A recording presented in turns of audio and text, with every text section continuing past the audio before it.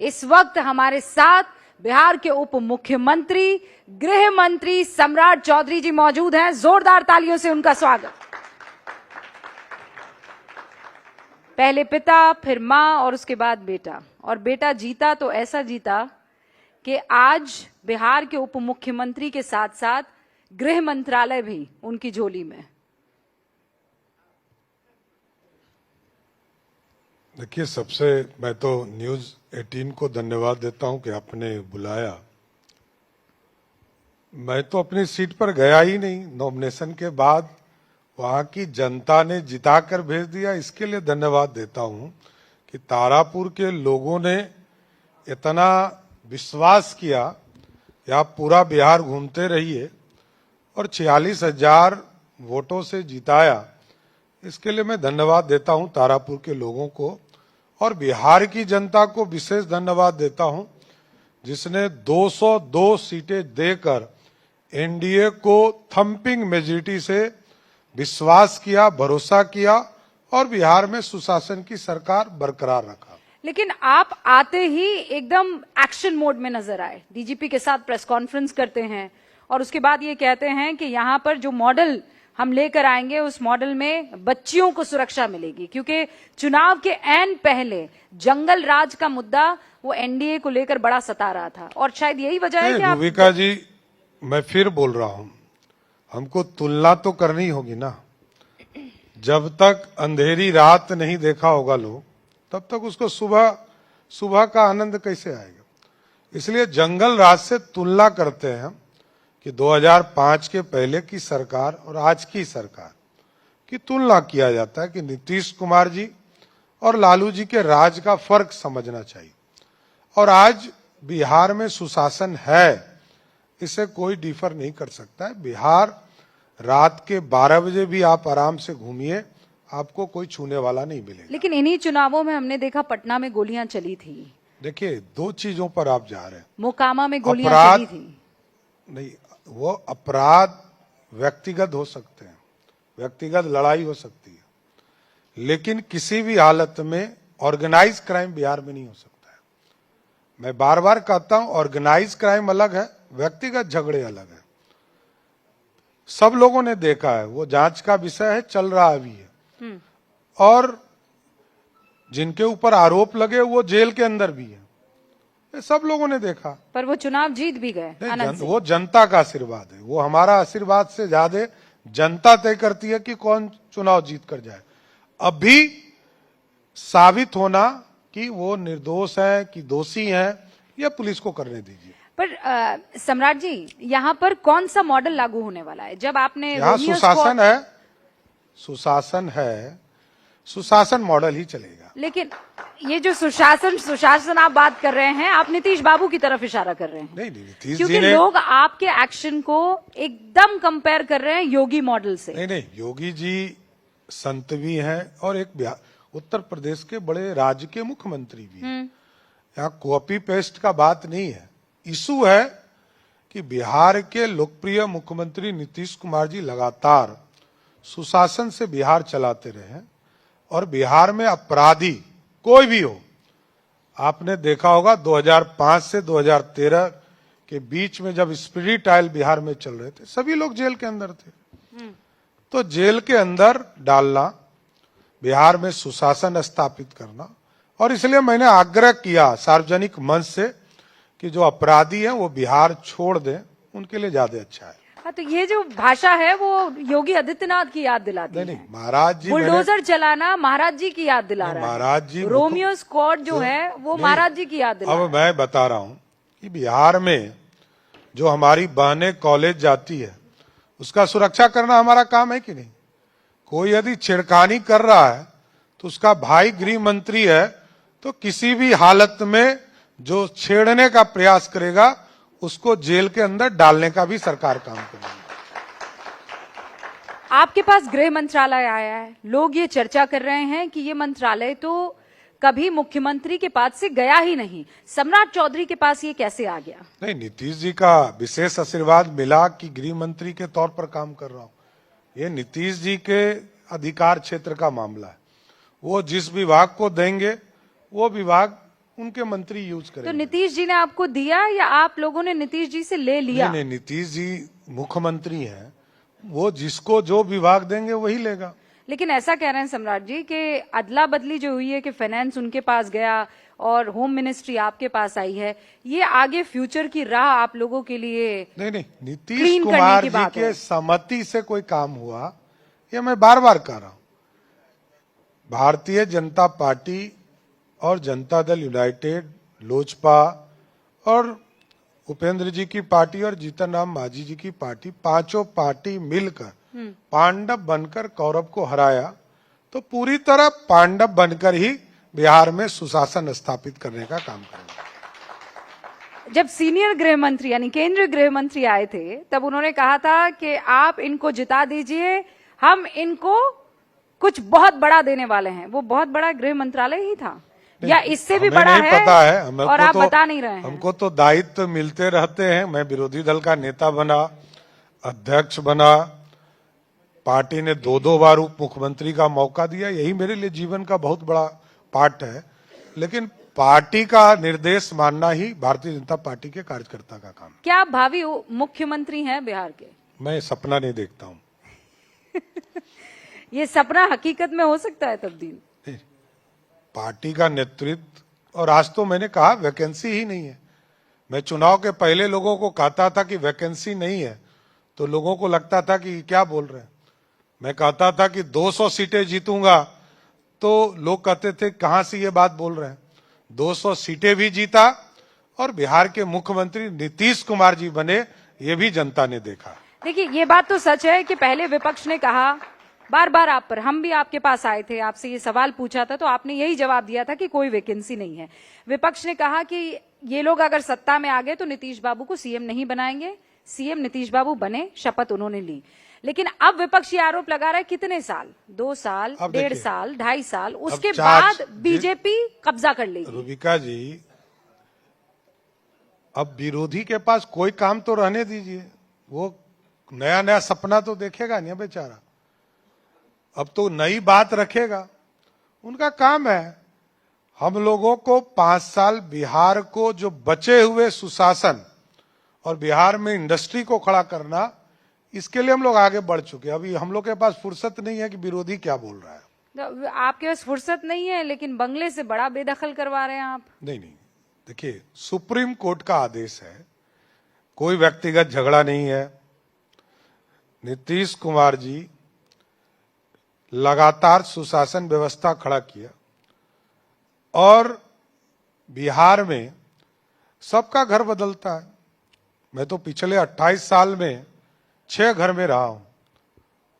6 घर बदलने पड़े हमको, बाद में अपने ही घर में चला गया, अब कोई घर में नहीं जा रहा हूं। देखिए, लोगों को ये भ्रम सत्य रखना चाहिए कि ये सरकार जनता चुनती है, जनता का घर है, किसी व्यक्ति का घर नहीं है, किसी की बपौती नहीं है, उनका नहीं है। और सुप्रीम कोर्ट ने तय कर दिया है, उन्हीं के बेटा गए थे सुप्रीम कोर्ट में और सुप्रीम कोर्ट, हाई कोर्ट ने तय कर दिया कि पूर्व मुख्यमंत्रियों को घर नहीं मिलेगा। तो फिर जब सुप्रीम कोर्ट ने तय कर दिया, अधिकार भी नहीं है और उनको घर नेता विरोधी दल के तौर पर जो कैटेगराइज करना चाहिए मिल गया। और उनके राजद के प्रदेश अध्यक्ष का मैंने बयान सुना। हाँ। और यही तो मैं जनता को कहता था कि ये लोग अराजकता वाले लोग हैं, गुंडागर्दी वाले लोग हैं। कैसे बोल सकते हैं भाई कि नहीं छोड़ेंगे? ये रूल ऑफ लॉ वाला स्टेट है। आपको सरकार ने दिया था, सरकार ने दूसरा दे दिया। सरकार का काम है कि आप नेता विरोधी दल है, आपको सम्मान देगा। लेकिन आप अराजकता वाली बोली बोल रहे हैं कि हम खाली नहीं करेंगे। ये कौन अधिकार है आपको? किसने दिया है? और अगर नहीं खाली किए नहीं, तो? ये जनता ने अधिकार नहीं दिया। देखिए, ये हाई कोर्ट, सुप्रीम कोर्ट तय करता है कि किसको कहां रहना है, नहीं रहना है।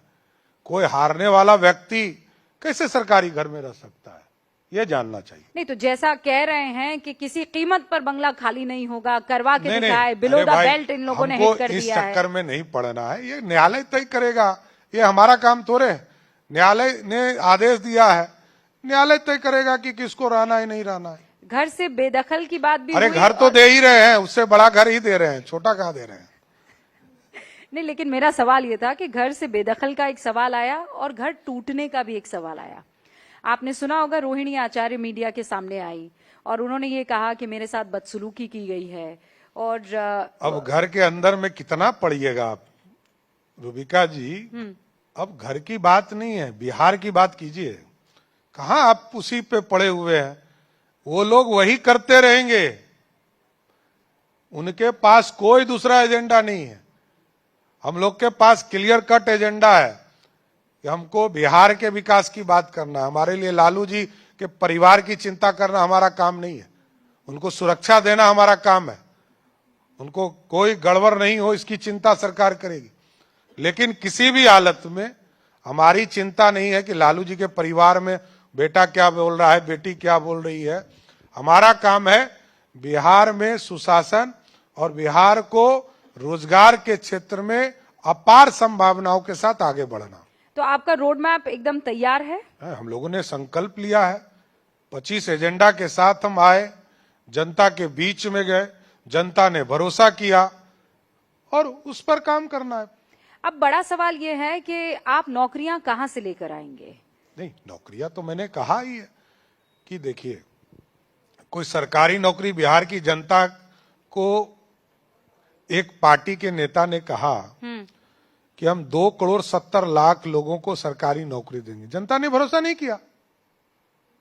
जनता ने भरोसा किया कि 1 करोड़ लोगों को हम सरकारी नौकरी और रोजगार देंगे।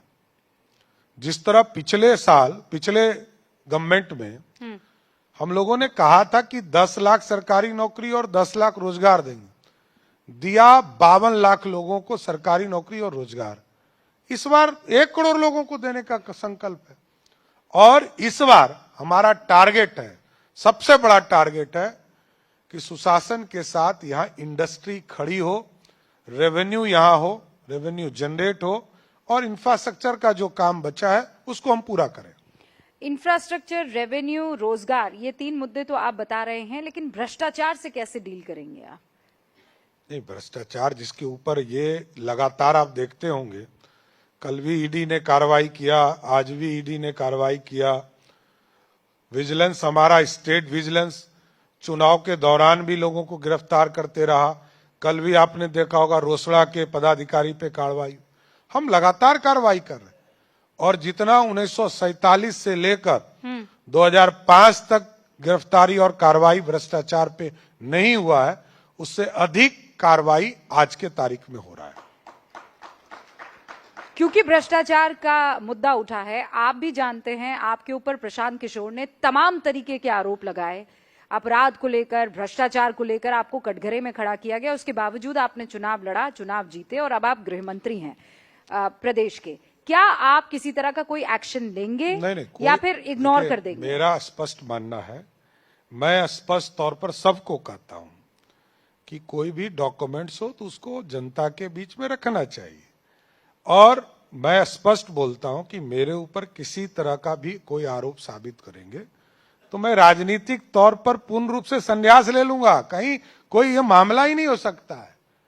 जिस मामले में 1998 में बाइज्जत बरी कर दिया गया हो और वो पॉलिटिकल केस था, शुद्ध पॉलिटिकल केस, लालू यादव की सरकार ने, मैं विधानसभा के अंदर बोलता रहा हूं, ये तो अभी लोग आए हैं, वो लोग अपनी बात रख रहे हैं, लेकिन मैं तो विधानसभा के अंदर लालू जी के परिवार के लोगों को बताते रहा हूं कि मेरे को 95 में लालू प्रसाद जी ने पॉलिटिकल केस में यातना जेल में डाला और वहीं से राजनीति में आया। उसने तो राजनीति में भी नहीं आता, दूर दूर तक राजनीति में नहीं आता। यातना नहीं मिली होती तो राजनीति में भी नहीं आता। नहीं तो इसीलिए मेरा सवाल है कि आप कह रहे हैं कि ये गंभीर मसला था और इसका जवाब आपने सदन में दे दिया, वरना आप सदन में भी ना देते। क्या आप कोई लीगल एक्शन प्रशांत किशोर के खिलाफ लेंगे? ये रोज गाली देने वाले लोग आएंगे, कितने को गाली का FIR करूंगा। वैसे मैंने कहा है कि सोशल मीडिया पे कोई यदि किसी दूसरे को गाली दे रहा है तो FIR करो, करना चाहिए, लेकिन हम लोग पॉलिटिकल आदमी हैं, 30 साल से यही काम कर रहे हैं। हमारे पास काम करने का समय है। जनता को डिलीवरी नहीं दूंगा तो जनता घर पहुंचा देगी।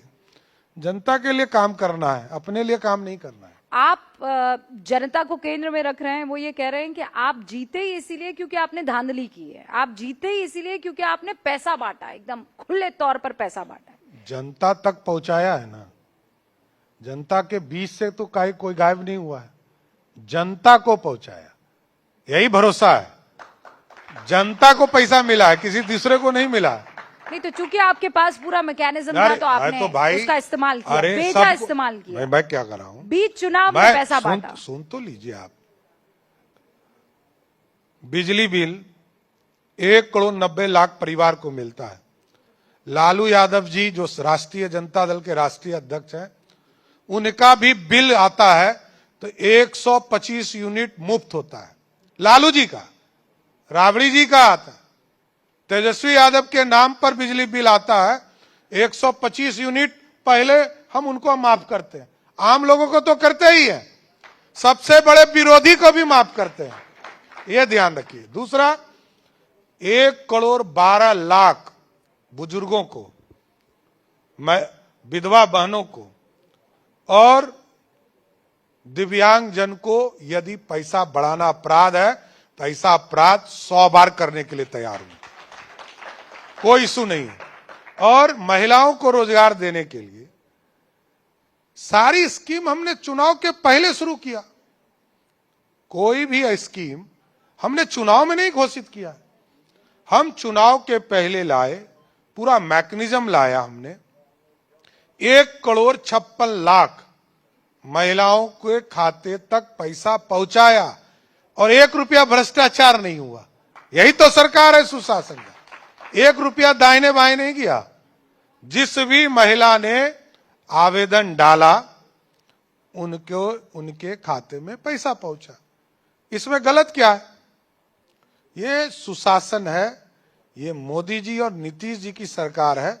जनता तक डिलीवर करती है, तभी जनता भरोसा करती है। ये तो आपने कह दिया। अब सीमांचल के इलाकों में एसआईआर को लेकर बार बार आपने भी कई मर्तबा हमसे भी आपने कहा है कि घुसपैठियों का यहाँ कोई ठिकाना नहीं हो सकता है, आगे भी नहीं होगा। नहीं तो एसआईआर हुआ, वो पूछ रहे हैं कहाँ है? एकदम भाग गए, तब तो कह रहा हूं कहाँ भाग और गए? मैं तो अभी भी पूरे उस इलाके को मॉनिटरिंग करा रहा हूं। आज यदि 70 लाख मतदाताओं के नाम कटे, एक क्लेम करने आया कोई व्यक्ति कि मेरा वोटर लिस्ट से नाम कट गया? एक व्यक्ति नहीं मिला। पूरा राहुल गांधी पूरे बिहार घूम गए, एक आदमी नहीं खोज पाए। रूबिका जी, जो पूरा विपक्ष लगकर एक व्यक्ति नहीं खोज पाया जो बिहारी हो, भारत का नागरिक हो और एसआईआर के माध्यम से उसका नाम कटा हो और क्लेम करने आया हो, ऐसा कोई आदमी नहीं मिला। और आज भी ऐसे लोगों को चिन्हित करने का काम फिर चल रहा है। बंगाल से कई लोगों की सूचना है कि बिहार टपने का प्रयास कर रहा है कि बंगाल में एसआईआर चल रहा है तो बिहार ट्रांसफर हो जाए। तो सब पे पूरी तरह पुलिस नजर रखी है, सब पे कार्रवाई करता रहेगा। तो आप ये कह रहे हैं कि इस बार घुसपैठियों पर आप लोग भी एक्शन लेंगे? आपका गृह विभाग पूर्ण रूप से पूरा देश ले रहा है। तो आपके पास कोई आंकड़ा है बिहार में कितने घुसपैठिए हैं? देखिए, आप एक चीज समझिए, जो क्लेम ही नहीं कर रहा है कि हम नागरिक हैं तो वो जाए अपना, हमको वही तो कह रहा हूं। अब इसको पूरी तरह नीचे ऑपरेशनल होगा। अभी इलेक्शन कमीशन ने नाम काटे, अब इसके बाद हम लोग एक एक व्यक्ति को चिन्हित करेंगे और डिपोर्ट का सिस्टम शुरू करेंगे। इसमें कहां दो मत, इसको और चिन्हित करेंगे। अभी इस ऑपरेशन का काम पूरा नहीं हुआ है। अब एसआईआर सरकार बन गई, अब इस काम को आगे बढ़ाएंगे और एक एक लोगों को, एक एक हाउस होल्ड को चिन्हित करके जो लोग भी घुसपैठी होंगे उसको डिपोर्ट करके विदेश मंत्रालय को देकर बाहर करेंगे। ये कह रहे हैं एसआईआर से आप लोगों को बड़ा फायदा हो रहा है। आज एआईएमआईएम के कई समर्थक यहाँ पर आए थे, प्रवक्ता भी आए थे, उसमें से एक ने ये कहा कि आप एसआईआर के बहाने, घुसपैठियों के बहाने मुसलमानों को टारगेट कर रहे हैं, उनको निशाना बना रहे हैं। नहीं, मुसलमान हमारे एनडीए से जीत कर आया है, ये आप समझ लीजिए। एनडीए में चुनाव जीत कर आया। और दूसरी बात, हम राशन देते वक्त तो नहीं पूछते हैं कि मुसलमान है कि हिंदू है। हम गैस कनेक्शन देते वक्त तो नहीं पूछते हैं, तो वोट देते वक्त क्यों लोग पूछता है? क्या कारण है भाई, तो जानना चाहता हूं। आपके यदि मोदी जी के नेतृत्व में, मोदी जी आज यदि 10-10 हजार रुपया महिलाओं को दिया, तो उसमें तो लगभग 14 लाख महिलाएं मुसलमान है। क्यों हमने पैसा तो नहीं रोका? मैं तो वित्त मंत्री था, कहां रुका? वोट देते वक्त कैसे लोग भुला जाते हैं? देखिए एक चीज समझिए, वो कहते हैं प्यार, आप प्यार वाले बयान नहीं देते उनको। क्या प्यार? आप ना तीखे बयान देते हैं, उनको नाराज कर देते। प्यार वाले बयान दीजिए ना। मैं भारत का नागरिक हूं। हाँ। भारत में राम के वंशज हैं। हमारे पूर्वज और उनके पूर्वज एक ही हैं। उनको नहीं पता है तब तो नहीं पता। मेरे पूर्वज भी राम हैं, उनके भी राम पूर्वज हैं। नहीं तो इंडोनेशिया चले जाइए, सबसे बड़ा मुस्लिम कंट्री, वहां तो सबसे ज्यादा राम की ही पूजा होती है। तो भाई ये कौन सा मैकेनिज्म है? मेरा यह स्पष्ट मानना है, भारत का नागरिक वो भारतीय है, हिंदू हो, मुस्लिम हो, सिख हो, ईसाई हो। वोट किसको कौन दे रहा है इससे मेरा काम नहीं है। मेरा काम है डेवलपमेंट का काम करना, जनता के बीच में डिलीवर करना। आज मोदी जी और नीतीश जी के नेतृत्व में ना धर्म पूछे गए, ना जात पूछे गए, सबको विकास के काम किए गए। सड़कें बनाई गई तो कभी नहीं पूछा गया कि किस कम्युनिटी के गांव में पहुंचाया जा रहा है। बिजली लगाया गया तो कभी नहीं पूछा गया। गैस कनेक्शन दिया गया, अनाज देते वक्त कभी नहीं पूछा जाता, आगे भी नहीं पूछा जाता। तो मुसलमान आपको वोट क्यों नहीं करता फिर? अब देखिए, मेरा ये मानना है कि हमको सभी लोगों ने वोट दिया, अब आप इसको तोड़ रही हैं।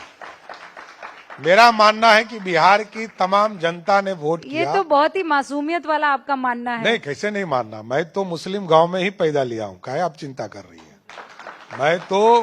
मैंने अली बे से पहले किया है, बाद में क ख और अ किया है। वाह तो सम्राट जी। ऐसा नहीं है, लेकिन आप समझिए कि गृह मंत्री बनते ही जो प्यार के 2-2.5 आखर आपके मुंह से बिखर रहे हैं। नहीं, मैं क्या कह रहा हूं, मेरा कहना है कि बिहार की जनता या देश की जनता कौन किसको वोट करता है ये उनका विषय है, लेकिन भारत के निर्माण में मोदी जी और नीतीश जी लगे हैं, बिहार के निर्माण में नीतीश जी लगे हैं।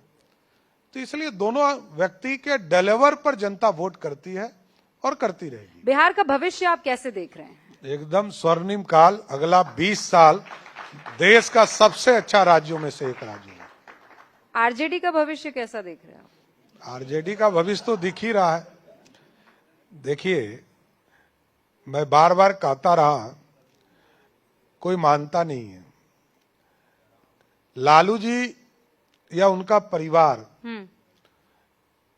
15 साल बिहार के पूरे चीजों का खा गया।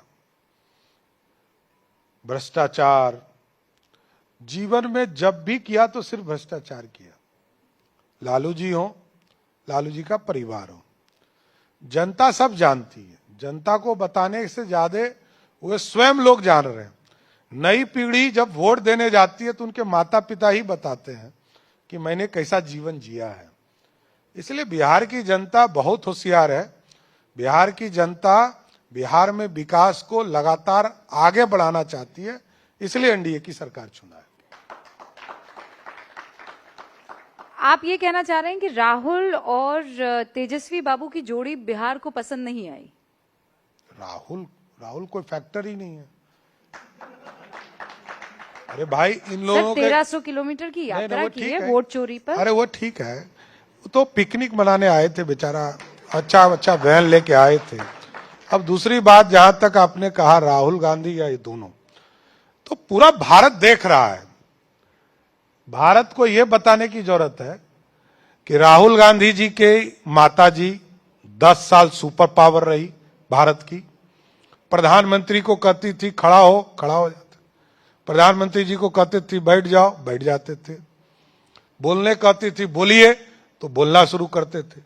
बेटा ऑर्डिनेंस बिल को फाड़ देता था, बिल फाड़ देता था। ऐसा राजशाही था। उनके पिताजी 5 साल तक प्रधानमंत्री रहे, 2 साल विरोधी दल के नेता रहे, और जब देश में बीपी मंडल जी ने जो मंडल कमीशन का आयोग का रिपोर्ट लाया, आरक्षण जो हम तमाम ओबीसी को नहीं मिला था उसको दे रहे थे बीपी सिंह, तो राजीव गांधी जी विरोध कर रहे थे। उनकी दादी श्रीमती इंदिरा गांधी 13 साल तक प्रधानमंत्री रही देश की। उनके पिताजी इंदिरा गांधी जी के पिताजी 17 साल तक प्रधानमंत्री रहे। अब कितना मौका चाहिए? 78 साल में 55 साल एक परिवार। अब कितना मौका दें? यही जानना चाहता है पूरा भारत के लोग, यही जानना चाहते, इसलिए वोट नहीं कर रहे। नहीं, पर वो ये कह रहे हैं एम्स दिया है, टेक्नोलॉजी दी एक है, एम्स दिया था, आज दिए कितना हैं। एम्स है? आज 21 एम्स है। एक एम्स दिया था। 6 आईआईटी दिया था, आज लगातार बढ़ता जा रहा है आईआईटी। अब तो मेडिकल कॉलेज, मैं तो कहता हूं, तेजस्वी यादव ने बिहार विधानसभा में कहा 2005 के पहले बिहार नहीं था क्या? नहीं था, मैं बोल रहा हूं। अंग्रेजों ने 2 मेडिकल कॉलेज बनाया था बिहार में, और 4 कर्पूरी ठाकुर ने बनाया था। सरदेव कर्पूरी ठाकुर जी ने 4 बनाया, और 1978 से लेकर 2008 तक एक भी मेडिकल कॉलेज नहीं बना। यही तो कहना है। और 2008 से लेकर आज बिहार के 3800 जिले में मेडिकल कॉलेज खोलने का काम नीतीश कुमार और एनडीए की सरकार ने। पर यहाँ भी बहुत सारे स्टूडेंट्स आए थे, वो कह रहे थे आप मेडिकल कॉलेज तो बहुत खोल लेते हैं पर टीचर लोग नहीं पहुंच पाते वहां। नहीं, आप एक चीज समझिए, जब हम खोलेंगे तो धीरे धीरे व्यवस्था बढ़ेगी। आज लगभग अभी हमने मेडिकल कॉलेज मधेपुरा में खोला, नो डाउट डॉक्टर वहां नहीं रहना चाहते, इसमें कहीं दो मत। तो हम लोगों ने कहा कि यदि किशनगंज में प्राइवेट सेक्टर चला सकता है, कटिहार में प्राइवेट मेडिकल कॉलेज चल सकता है, तो हम पीपीपी मोड पर इसको दें, लेकिन चलाएं। ग्रामीण स्तर पर प्रत्येक जिले में मेडिकल कॉलेज चलाना है और सुविधा वहां के लोगों को देना है। हम सरकार की व्यवस्था करते हैं तो हम जनता के लिए भरोसा करेंगे कि जनता को कैसे सुविधा मिल सकता है, तो हम पीपीपी मोड पर उसको ले जाएंगे। तो उसका फायदा आपको देखने को मिला है? नहीं, उसको करना ही पड़ेगा ना। तो जब हमने कहा कि प्राइवेट मेडिकल कॉलेज आपको किशनगंज में चल सकता है, जो एकदम सुदूर देहात है, मधेपुरा तो उससे ज्यादा अच्छा जगह है, कटिहार में चल सकता है, तो हम यहां चलाएंगे।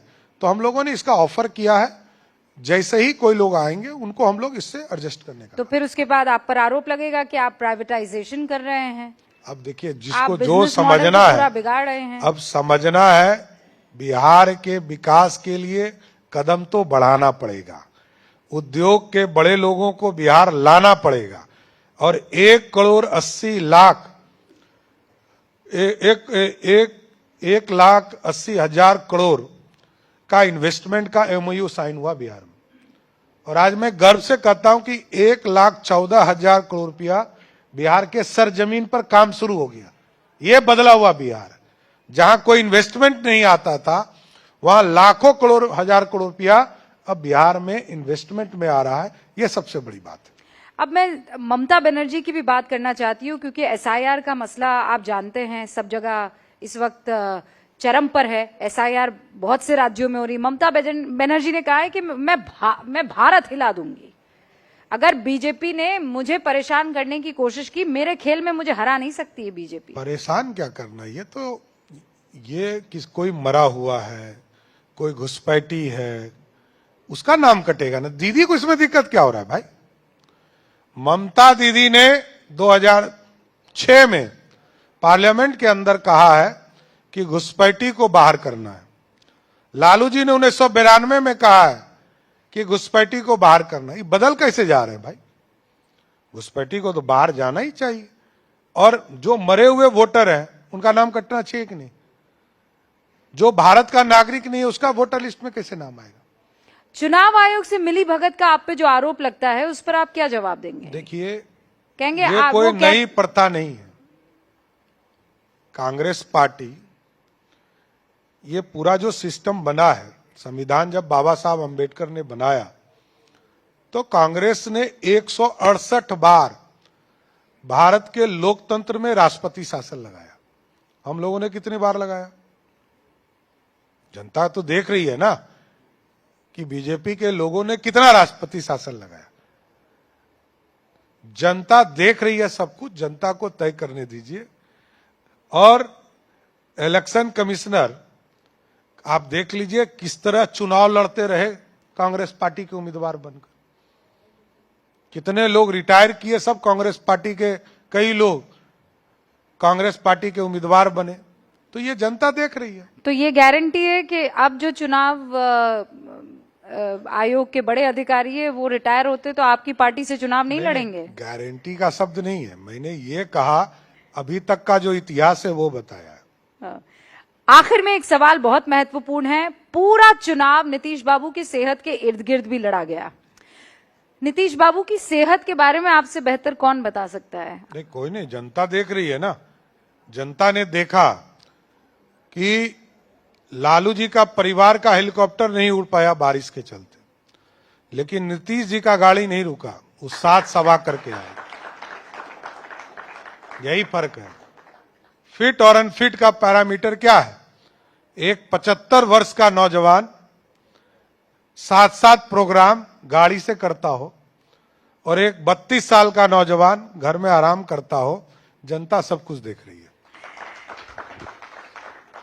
सम्राट चौधरी जी, बहुत बहुत शुक्रिया हमसे बातचीत करने के लिए। अभी तो बस आपकी शुरुआत है और एक बार फिर आएंगे। कई ऐसे सवाल हैं जिनके जवाब खोजने होंगे कि अब तक आपका रिपोर्ट कार्ड कहां से कितना पहुंचा है, कितने अंक लाए। लेकिन फिलहाल बहुत बहुत शुक्रिया न्यूज़ 18 इंडिया के मंच पर आने। जनता ने दे दिया आशीर्वाद। अब रिपोर्ट कार्ड तो अब आप जब 1 साल होगा तब आइएगा। लेकिन जनता ने तो अभी एक तरह से 202 सीटें देकर सब मीडिया को आराम करने के लिए कहा है। धन्यवाद।